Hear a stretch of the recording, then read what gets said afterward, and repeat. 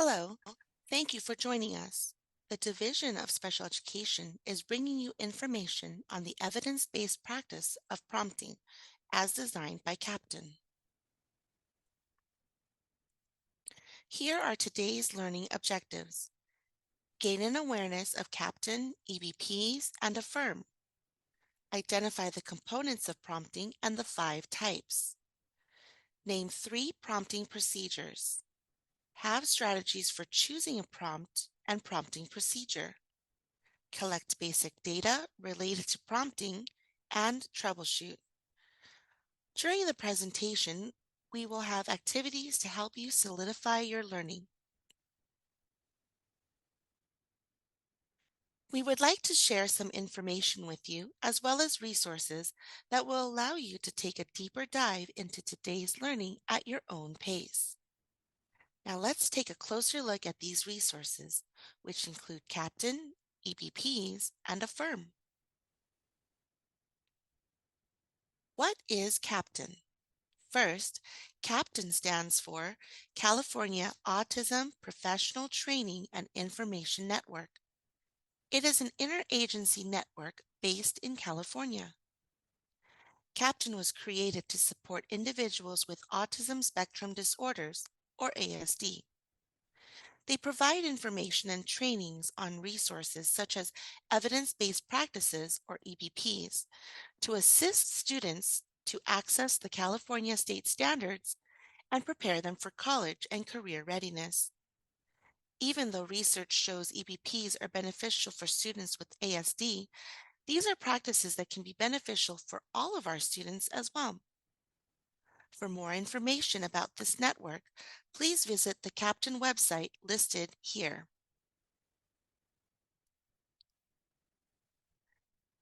Let's now delve deeper into EBPs. Currently, there are 28 instructional intervention procedures backed by scientific research. These have shown positive outcomes for individuals with autism. But please remember, EBPs can be used across settings, such as in schools, at home, and in clinical settings as well.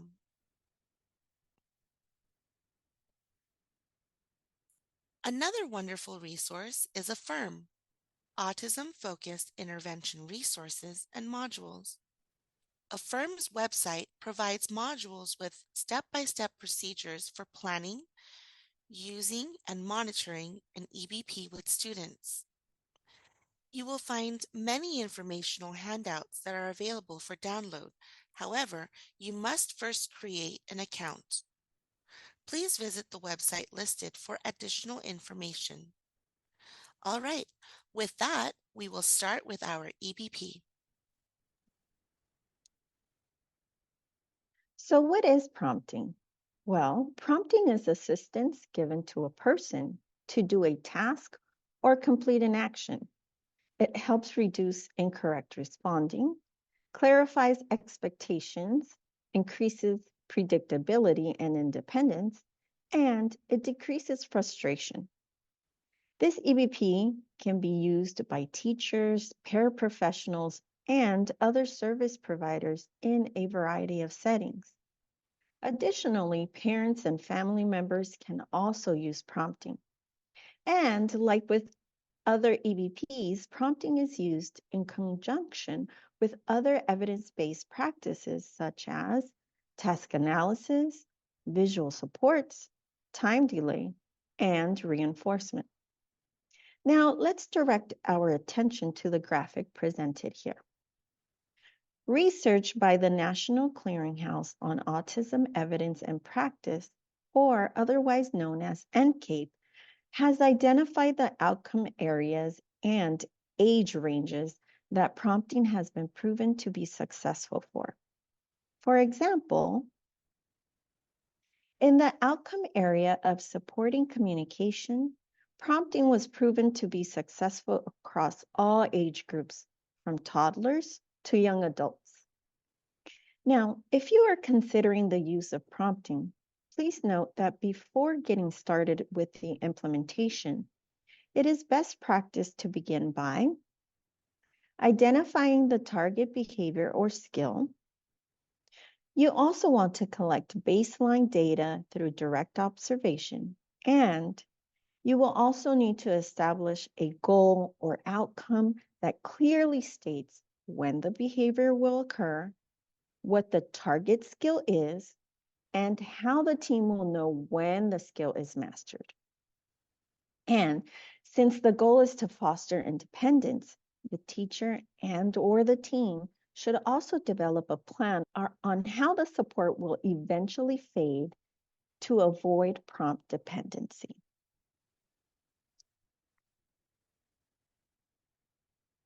Today, we are going to cover various types of prompting and the procedures for implementing each type.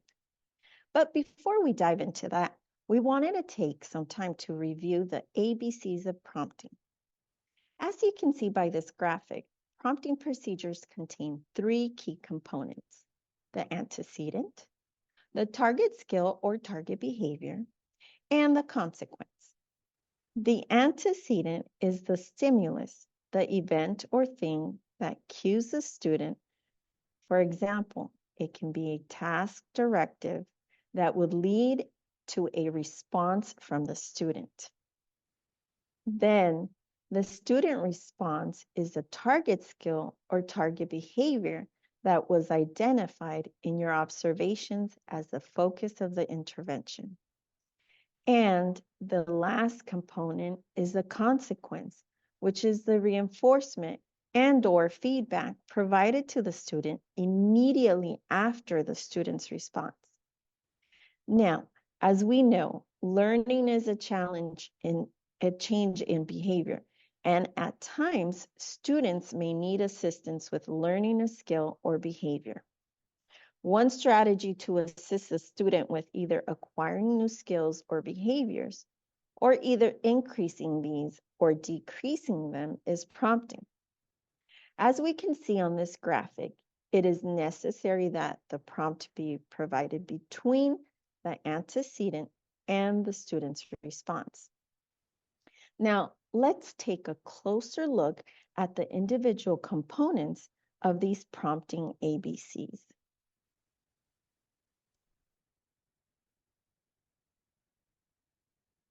Let's begin with the target skill or behavior. Why begin here? Well, because in order to teach the target skill or behavior, the teacher must first identify the focus of the intervention and consider what they are teaching. Then they would take that content and break it down into the most appropriate pieces to teach. With that said, it is important to understand that target skills or behaviors fall into two categories. They can be either a discrete task or chain task. So what is the difference between these? Well, it's essentially the steps that are involved. A discrete task is a single response of short duration, like selecting a picture or identifying a letter or an object. Whereas tasks that are chained require several individual behaviors to be sequenced together to form a more complex skill, like taking out the trash, solving long division, filling out an application, or transitioning from one class to another.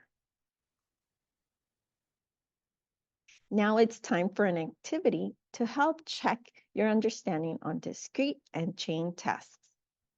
For this activity, we want you to decide the type of task depicted in the photos. Let's do one together. What is the type of task that is depicted in the first picture in which the student is identifying a letter? Is it a discrete or chain task? Well, since the task requires the student to give a single response and is of short duration, then this would be a discrete task. Now, please pause your video to complete the remaining activity. Then resume the video to check your answers. Welcome back. Now let's check your responses. Numbers 1, 5, and 6 are all examples of discrete tasks, as these require a single response and are all of short duration. Numbers 2, 3, and 4 are examples of chained tasks.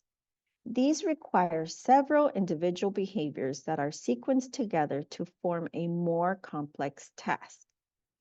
Thank you for participating. Moving on to the antecedent. The antecedent includes the target stimulus, which is that event or thing that cues the student to engage in the target skill or behavior. That stimuli can be an object, a gesture, an activity, or even a situation to which we want the student to respond to when instruction is finished. The target stimulus can actually fall under 3 different categories. It can be a naturally occurring event. For example, being thirsty is the target stimulus that would cue asking for a drink of water. A target stimuli may also be the completion of an event or activity, such as completing one portion of an assignment would cue a student to move on to the next task, like after reading a passage, the student would know that then they need to answer questions about the passage. Target stimuli can also be external signals, like a school bell, that signals that it is time to transition to another class.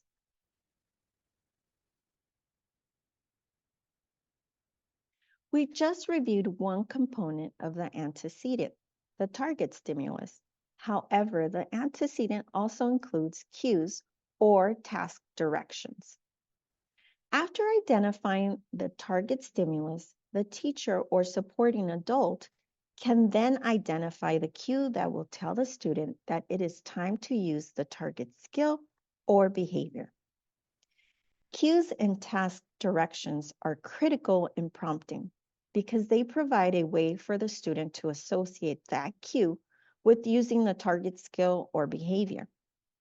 Cues can also take many forms. A cue can be arranging the environment in a particular way for a specific task, or it can be providing instructions about an activity.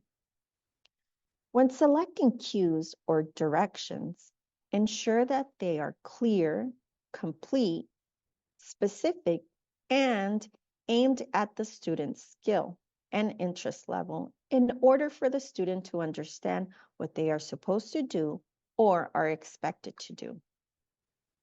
Here are some things to consider when selecting cues or task directions. First, consider prepping the environment and the materials before the student comes to the activity. For example, arranging desks for group work in advance. You may also consider providing verbal or visual task directions for students that benefit from these visuals. Lastly, ensure that you provide the appropriate amount of processing and response time.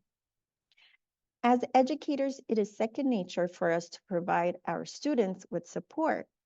However, let's remember that providing unnecessary help or not providing the student with enough time to process and respond can sometimes be unhelpful and can lead to prompt dependency. Moving on to the final component of the prompting ABCs, the consequence. This is simply the feedback or reinforcement adults provide to the student. It's important to note that the selection of appropriate reinforcers for individual students will lead to an increased likelihood that the student will use the target skill again in the future. If the student receives reinforcement that they do not prefer, they will most likely not perform the activity or skill again in the future. Reinforcers should also be related to the target skill or activity. Be as natural as possible and must be given immediately after the student's response. Again, reinforcement can look differently depending on what works for the student. For example, it can be gestures, a preferred activity or objects, favorite food, or it can be as simple as a verbal praise.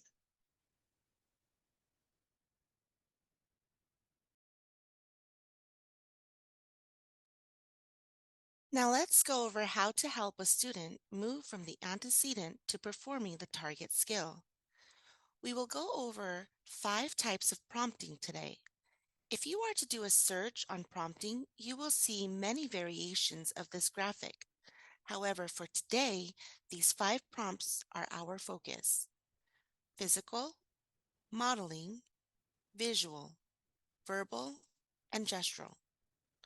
Remember, prompts help students know what to do and how to do it. It helps them move toward being able to perform a target skill as independently as possible.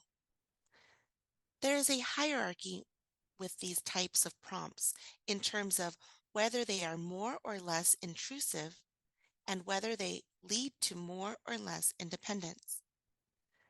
Students are individuals and have their own characteristics and abilities.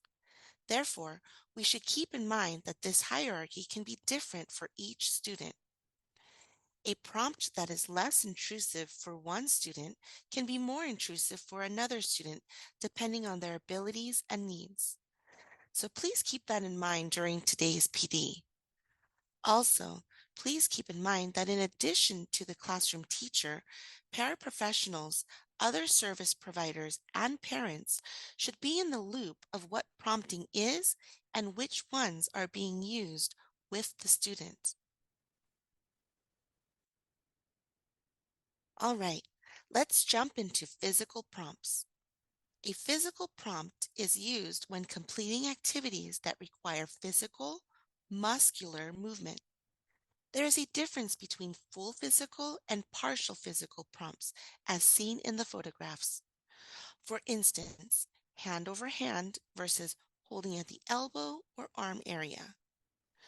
Please note, this is considered the most intrusive form of prompting. You are getting into the student's space and most likely touching the student to help. This is where knowing your student is important so that you do not cross their boundaries. So please keep students' characteristics in mind. We'll talk more about this later as well. Up next, let's talk about modeling prompt. A modeling prompt is a demonstration for the student. It can be used for both discrete skills and chained skills. It can be used with verbal and motoric skills. Similar to physical prompts, there are full and partial modeling prompts. Please take a look at the photographs. The set of pictures in the middle shows a teacher fully sitting on the carpet, crisscross applesauce, versus a partial model where the teacher is sitting in a chair but crossing arms or legs to model crisscross applesauce. If you have students who are very interested in technology, and who doesn't, right? Watching video models on a device might be an option you consider to gain your students' attention and interest. On to visual prompts. I am sure you are already using visual supports in your classroom. Visual prompts are very similar, except they are presented to the student when they are needed to help the student know what to do or how to do it. These include checklists, instructions, schedules, pictures, and photographs. Visual prompts can be used for both discrete and chained skills. It is very important to know that visual prompts should match the student's level of comprehension. So think of the student's developmental stage to provide appropriate visual prompts. For example, depending on the student's abilities and understanding, in order to prompt hand washing, A teacher might provide a single picture of soapy hands to a student, or the teacher might provide visual step-by-step instructions for each of the hand washing steps. For instance, turning on water, getting soap, rubbing hands together for bubbles, etc. You may want to carry around a ring of icon pictures so you can easily show your students and prompt them during academic activities as well as outside activities. Here we are with verbal prompts. Verbal prompts are most likely your go-to prompt. As you may already know, verbal prompts are spoken words outside of any initial directive. They can be a full sentence, a simple phrase, a word or two, or even sound. Verbal prompts can be used for both discrete or chained skills. For example, when a student's hands are dirty, a teacher could provide a more restrictive verbal prompt by giving the direction of wash your hands. The teacher could also provide a less restrictive verbal prompt by providing a hint, such as, what do you do if your hands are dirty? Verbal prompting is one of the hardest prompts to stop using, mainly because it really is easy to verbally remind students of what to do and how to do it. This is where a technique called time delay, or pausing for 0 to 5 seconds before speaking, can be used to help students move away from needing the prompt and toward independence, thinking and acting for themselves.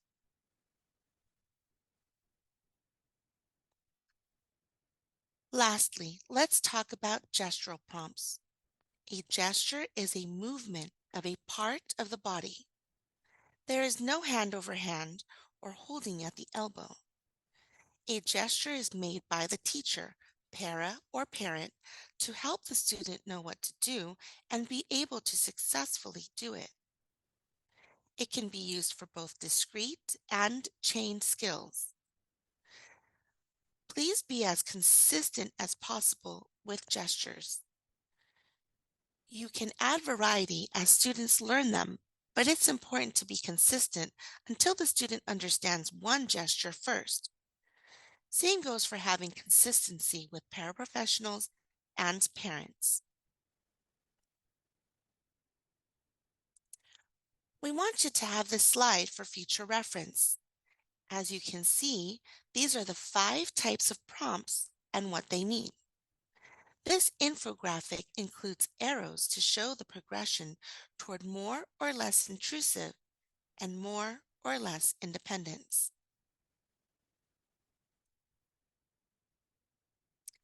All right, it's time for an activity. For this activity, you will match the description to the correct prompt type. As you may notice, these all revolve around sitting in a chair. Note how with even one skill, different students may need a different prompt. Let's try the first one together. Description A says, using a picture that shows someone sitting down.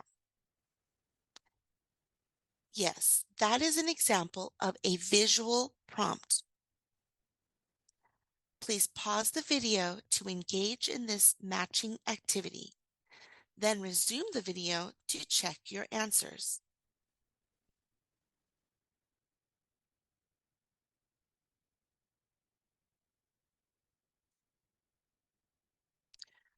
All right, here are the answers. Thank you for participating.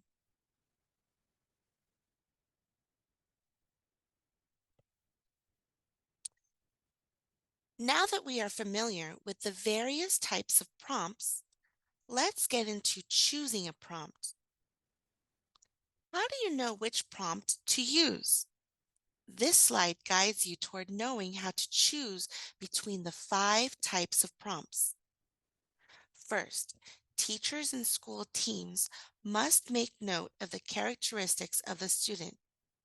I recommend keeping anecdotal notes on ringed index cards or in a notebook, but make sure whatever you use, there are enough pages to take you through the school year because behaviors and skill sets do change.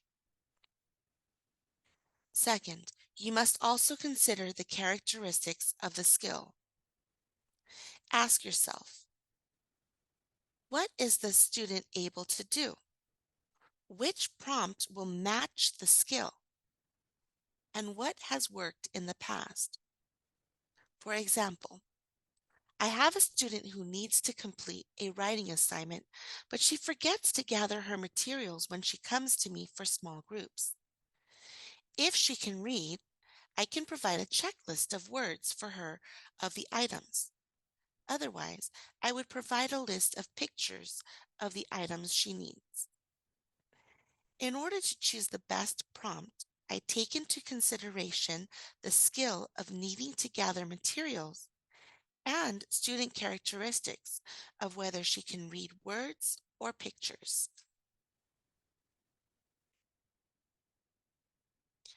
Okay, let's recap.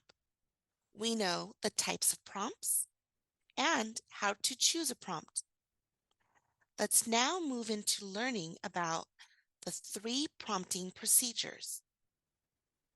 These procedures are often used in conjunction with other evidence-based practices, including time delay and reinforcement.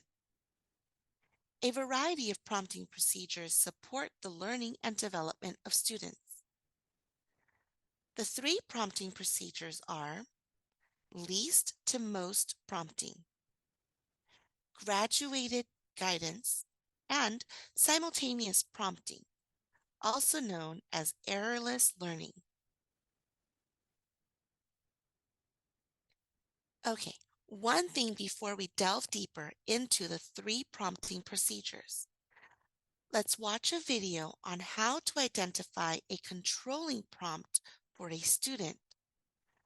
Being able to identify a controlling prompt is important since it is a component in each of the prompting procedures.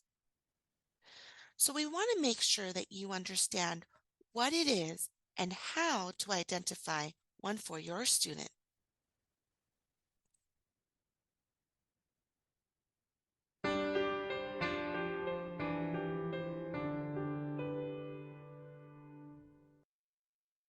To identify a controlling prompt, team members can try out different prompts to see which prompt is the least restrictive that ensures the learner will perform the behavior. The team members in the following clips are trying to identify a controlling prompt to help the learner brush his teeth. In the first clip, the adult is using a physical prompt to help the learner perform the target behavior. Nolan, let's brush teeth. Ready? The learner did brush his teeth when provided with a physical prompt. The team decides to try a gestural prompt to determine if the learner will perform the target behavior with a less restrictive prompt.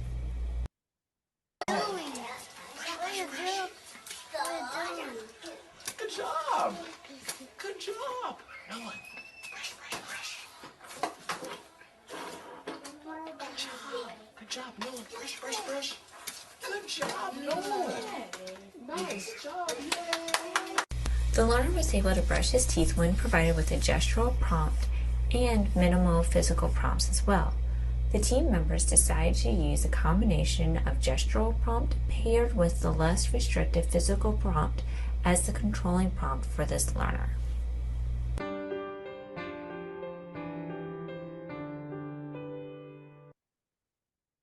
The team members tried different prompts to figure the least restrictive prompt that will ensure the learner performs the skill. After trying 2, they decided they would do physical prompt, but also a gestural prompt to help move the student toward independence. The controlling prompt can be any of the 5 prompts described earlier and is individualized for the student and skill. Controlling prompts can be determined through observation, assessment, and previous trials. This is the prompt with which the student will successfully complete the task or perform the skill nearly every time it is used, not just occasionally. In general, teachers and other practitioners should use the least intrusive prompt that is still controlling. Now, on to the 3 prompting procedures. The first of 3 prompting procedures is least to most prompting. This can be used for both discrete and chained skills. Note, the 3 different levels of this procedure are independent, intermediate, and controlling. At the independent level, no prompt is given after the directive. For example, if the student is able to wash their hands completely after the teacher says, "Wash your hands," we are good to go. You move on to the next activity or whatever is happening in the classroom. However, if the student does not perform the task or does so incorrectly, the teacher provides a prompt using the least intrusive prompt to ensure the least amount of support. This is the intermediate level, and typically providing 5 prompts is the max at this level. If more than 5 prompts are needed, after the 5th prompt, the teacher would go straight to giving the controlling prompt to ensure the student completes the task. However, giving the controlling prompt is now at the controlling level.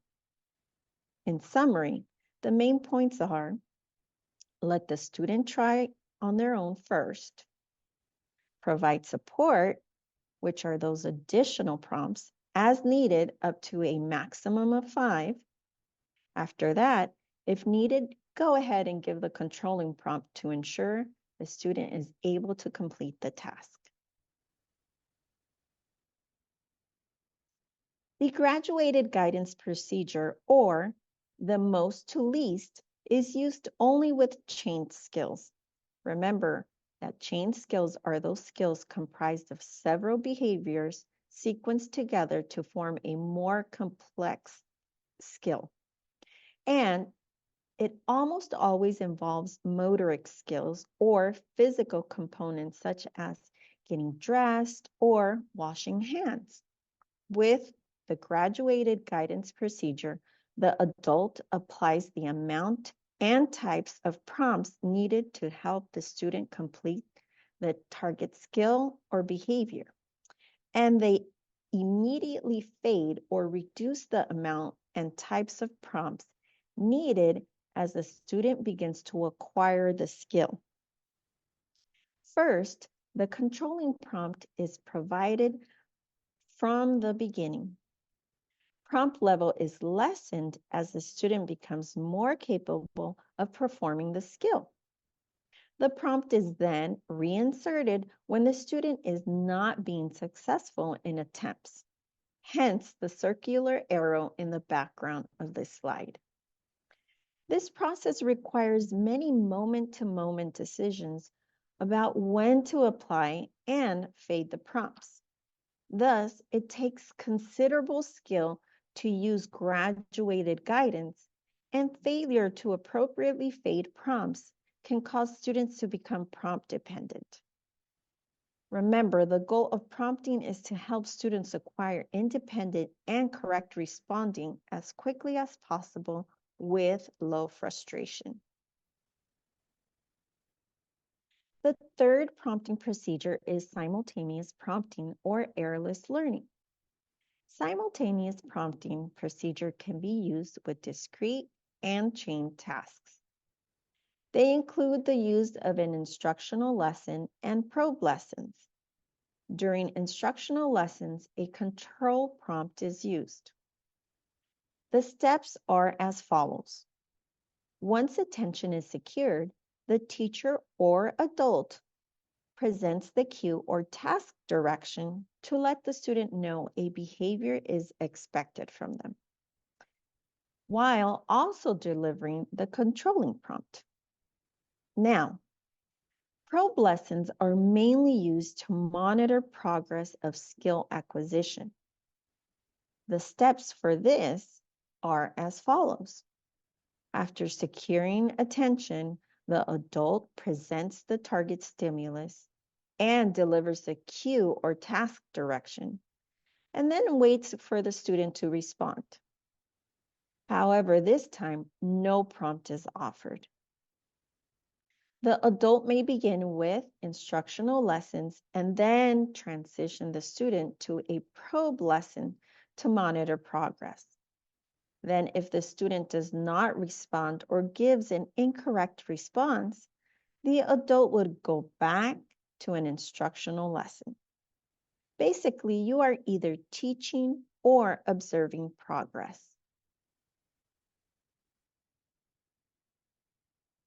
We are now going to wrap up this section by showing you a very short 16-second video of prompting in action.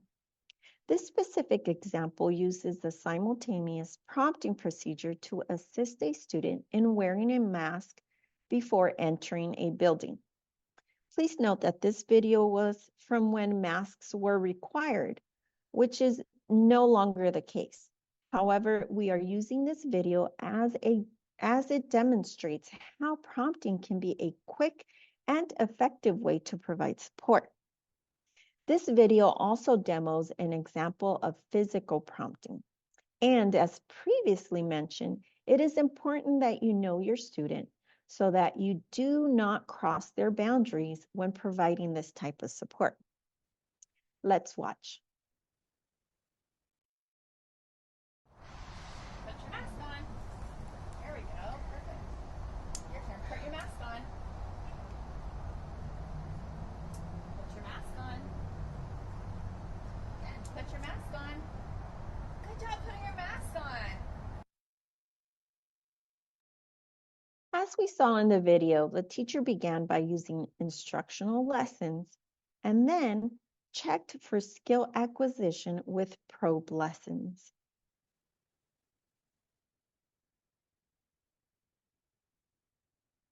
So now that we reviewed the 3 prompting procedures that are used to implement the various types of prompts, let's review how to monitor student progress. Since there are various prompting types and procedures, the types of data collected will also differ. When collecting data for the least to most prompting procedure, the data collected would be responses to prompts. For graduated guidance, the adult would collect data on the chains completed and, when using simultaneous prompting procedure, collect data on the effectiveness of the prompt and the reinforcer. To assist you with the collection of data, you may consider using the Affirm data collection forms pictured here. These can be downloaded directly from the Affirm website, which is listed here to the right. Wow, so we sure did cover lots of information today. So let's wrap up with some key points. Today, we reviewed identifying a target skill or behavior and how to know whether they are discrete or chained. Then we discussed the selection of the appropriate prompting procedure, knowing how to identify the target stimulus, and selecting cues, task directions, and reinforcers appropriate for the student. We also reviewed the unique steps for each of the prompting procedures, least to most prompting, graduated guidance, and simultaneous prompting. Finally, we concluded with how to monitor progress. One key point to highlight is that we need to remember that prompting, like with any other support, will need to be fed gradually. Today's learning was an overview of prompting. For additional information on topics presented here today, you may visit the Captain and Affirm websites. And we also invite you to join the Special Education Resources TK-12 Core Instruction Schoology course, where you can access additional resources to support your practice. This is where we post updates and flyers for learning opportunities. And should you need to reach out to our team, here is our contact information. Once again, thank you for sharing time and space with us today. Have a wonderful day.